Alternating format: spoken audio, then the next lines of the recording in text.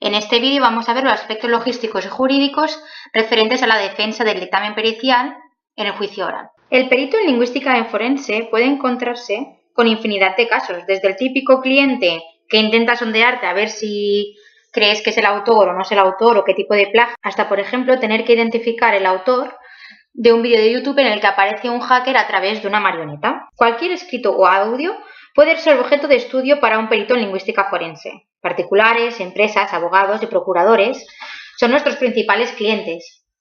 Ahora bien, muchas veces es el propio juzgado el que recurre a nosotros o a los colegios o entidades profesionales directamente o a través de los listados de sus miembros que proponen o designan al perito.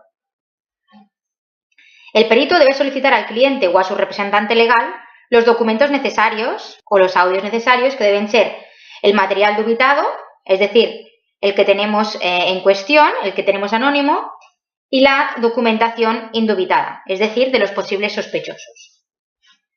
Visto el resultado de nuestro informe, el abogado y su cliente deben de valorar si pueden o no utilizar este informe para iniciar, por ejemplo, el proceso judicial que pretenden.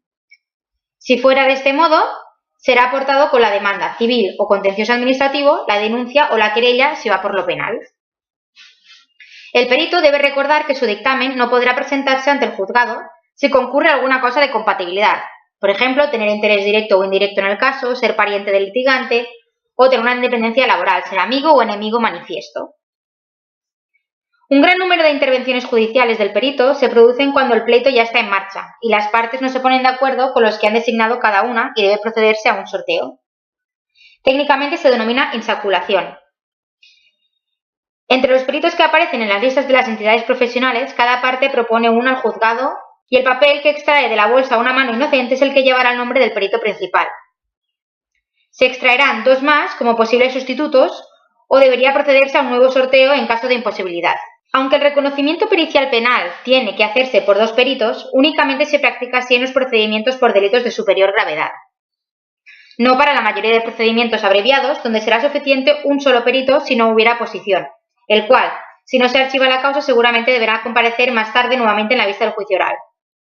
Ya no en el juzgado de instrucción, donde se instruye la causa y se está investigando, sino ante el juzgado de lo penal o ante la audiencia provincial, según la importancia del delito, donde se juzga finalmente. Si bien debo de decir que en lingüística forense la tendencia es que en todos los dictámenes participen dos peritos. Tanto lo hacían así en el protocolo que se seguía en la Forensic Lab como también en el laboratorio SQ. En lo penal, el juez puede tomar la iniciativa y acordar la pericia lingüística designando directamente a un perito. También es habitual que se solicite el dictamen en los gabinetes, por ejemplo, de la Policía Científica, ya sea la Nacional, la Guardia Civil o policías autonómicas, como en el caso de Cataluña, los Mossos d'Esquadra. Pero debido a la dificultad de dichos gabinetes por atender tantos casos en tiempo limitado, dado el gran volumen de trabajo y pocos personal disponible, así como también la falta de expertos en los distintos campos de la lingüística forense. Por el momento la policía únicamente tiene expertos en fonética, pero no tiene, por ejemplo, en texto, marcas comerciales, análisis de interpretaciones, etc. Los tribunales normalmente se sirven muchas veces del turno de oficio de entidades colaboradoras, como por ejemplo el Colegi, etc. Tanto en lo penal como en lo civil, el perito no podrá renunciar a desempeñar el cargo para el que ha sido designado, salvo aceptación por el juez o tribunal de la justificación que exponga. Antes de la nueva ley, en lo civil se podía renunciar a la designación sin tener que justificarse. Si el perito designado no es avisado directamente por el abogado o el procurador, será llamado directamente por el juzgado, por teléfono, telegrama, carta certificada o citación traída por el agente. Aunque se hubiera señalado un día y una hora para el trámite dominado de aceptación y nombramiento, es habitual que el perito llame por teléfono al oficial del juzgado que lleva el expediente y acuerde en el momento que venga mejor a los dos, ya que para dicho trámite no es necesaria la presencia de las partes ni sus abogados y procuradores. Y además, el perito tendrá que dedicarse a examinar los documentos sobrantes en el expediente judicial. El material, sea texto o audio, se puede examinar en el expediente judicial, se puede fotocopiar y si, por ejemplo, no hubiera material suficiente indubitado, se puede solicitar una toma de muestras. Por tanto, se puede pedir que se cite a quien corresponda para que la presidenta judicial escriba o diga una cantidad suficiente según las pautas o indicaciones facilitadas por el perito. Si es posible también, obviamente, a su presencia, pues es habitual que los culpables tiendan a deformar su escritura o la voz. En los asuntos civiles, la ley prevé que el perito designado judicialmente y visto el caso pueda solicitar provisión de fondos, también por la vía judicial, quedando dispensado de la obligación de realizar el dictamen en caso de no ser la misma satisfecha en el plazo acordado. Una vez realizado el informe, se presenta con sus copias para las partes y el oficial redacta una comparecencia que podría convertirse también en ratificación si no hubiera preguntas de las partes.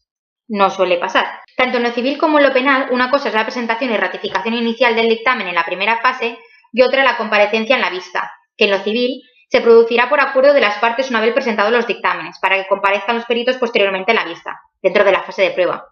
Antes de la nueva ley no se producía esta segunda comparecencia en juicio. Y en lo penal, en la vista del juicio oral, que también supone la defensa del dictamen en acto de juicio, con preguntas del juez, fiscal y abogados de las partes, incluso pudiendo concurrir varios peritos a la vez para aclaraciones y puntuaciones, o que expliquen posibles puntos contrapuestos entre ellos, que por ejemplo se pueden dar los careos. Desde que se realizó el dictamen ante el juzgado de instrucción, diligencias previas, hasta que se comparece en el mismo tema, pero que ha pasado, por ejemplo, al juzgado de lo penal por un procedimiento abreviado, y asistimos al acto de la vista del juicio oral, muchas veces han transcurrido no solo meses, sino años, en la mayoría de los casos. Por lo que es recomendable guardar copias de los dictámenes de al menos de los 5 años atrás o incluso más.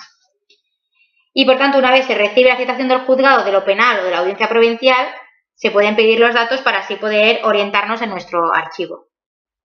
En lo laboral, los juzgados de lo social, se presenta la prueba pericial en el acto de la vista.